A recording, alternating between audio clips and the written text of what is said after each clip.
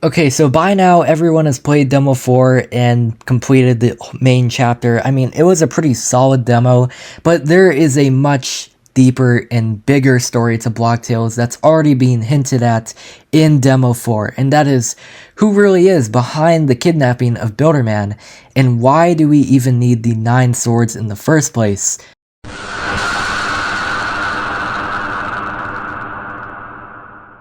So the first thing we want to look at is the hooded figure in the pre-prologue of Blocktales. This is the new thing that came out with Demo 4, and this guy is really mysterious. Okay, jokes aside, this guy might be who we think it is, because one, his dialogue sort of gives away who this might be. You know, he has personal beef with Builderman, he knows him personally, and he says Builderman took everything from him and the Roblox community, and that he simply just threw him aside. And after we fight off against 2 random noobs, he pulls out a time device, time bomb, time machine, whatever it's called, and it brings us back to the classic era.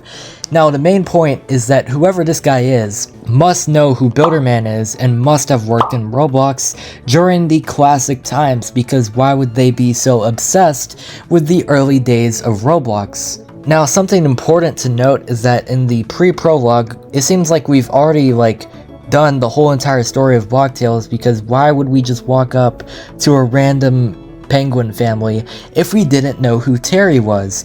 And why would we know what the Super Ball does?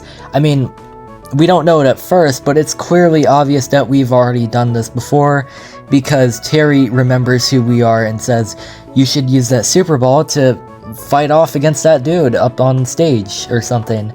And I'm not sure if this is exactly related, but on Roblox HQ, there is even a statue talking about a hero in 2010.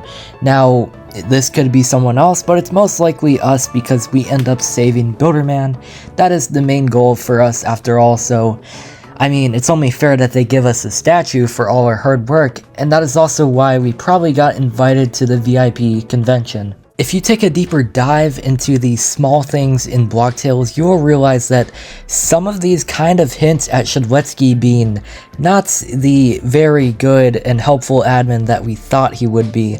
I mean, in real life, it's a completely different story, but in Blocktales, it seems like they're going for Shedletsky being the evil one of this story.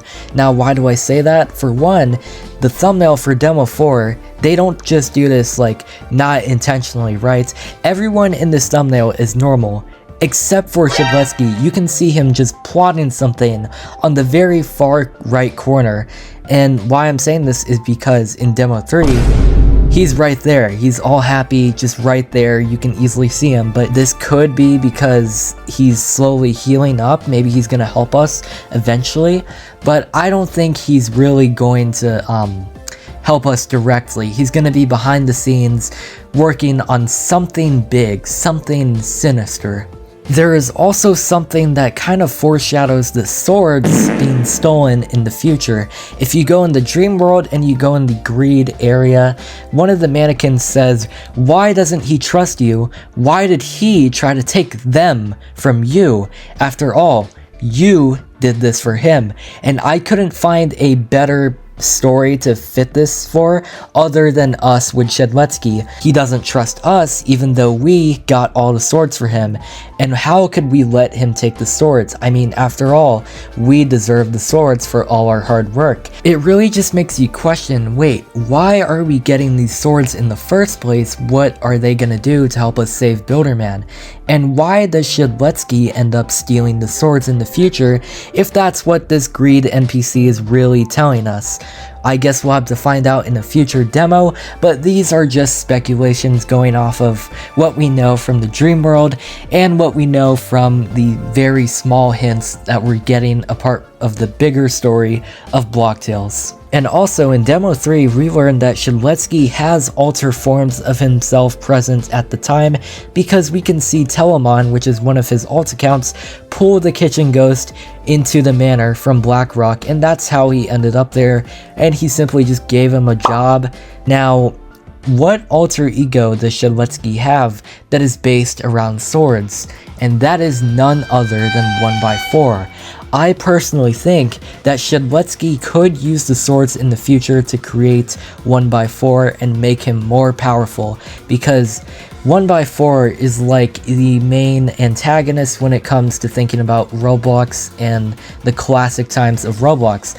When you think of Roblox, you think of Builderman and you think of his main enemy, 1x4. And now it becomes very clear what Shedletsky will decide to do with all of these swords when he gets them, because the main issue is he knows every single one of the sword guardians, and if he knew every single one of them, why does he send us off to get them when we don't even know who they are? We could be lying for all they know, and that's just like one of the biggest flaws with this guy's whole scheme. I feel like eventually our character will catch on that maybe he isn't the good Shedletsky that we thought he was, because our emotions already think of that in the dream world, and if we give in to them more, even though we've already like overcome them for demo 3, we might as well find out the truth based on our thoughts. Now, you might be thinking, why would Shedletsky do all this, right? Why would he collect all the swords just to create 1x4 and destroy Roblox? Why does he hate Builderman even though he works for him in the first place? And I feel like at some point in the time of this story was taking place at, Builderman has told Shedletsky that he has big plans for Roblox and that he wants to make it more global and modernized. That is why Modern Bizville is existing, and that is why Shedletsky in the hooded figure at the very start of the pre-prologue says that he took everything from him and the community, inferring that Builderman caused Roblox to turn from a blocky classic game into a modern depressed game in Shedletsky's mind. I feel like the biggest thing for Shedletsky is that he doesn't want to let go of the past, because he thought the past version of Roblox was the best version and wants to keep that from happening. That is why he probably puts us in a time loop, and that is also why he chooses the classic era out of anything else Roblox related. But I guess we'll have to wait for the future demos to come as Shedletsky will heal. Maybe he'll be able to help us on one of the demos, maybe he'll just stay behind the scenes as always. But until then, it seems like the biggest thing for now is that Shedletsky has a sinister plan that has to do with the Swords of Time, and that it will eventually lead into us going into a time loop. And as always, this was all just a theory, but not just any theory, a blocktales theory!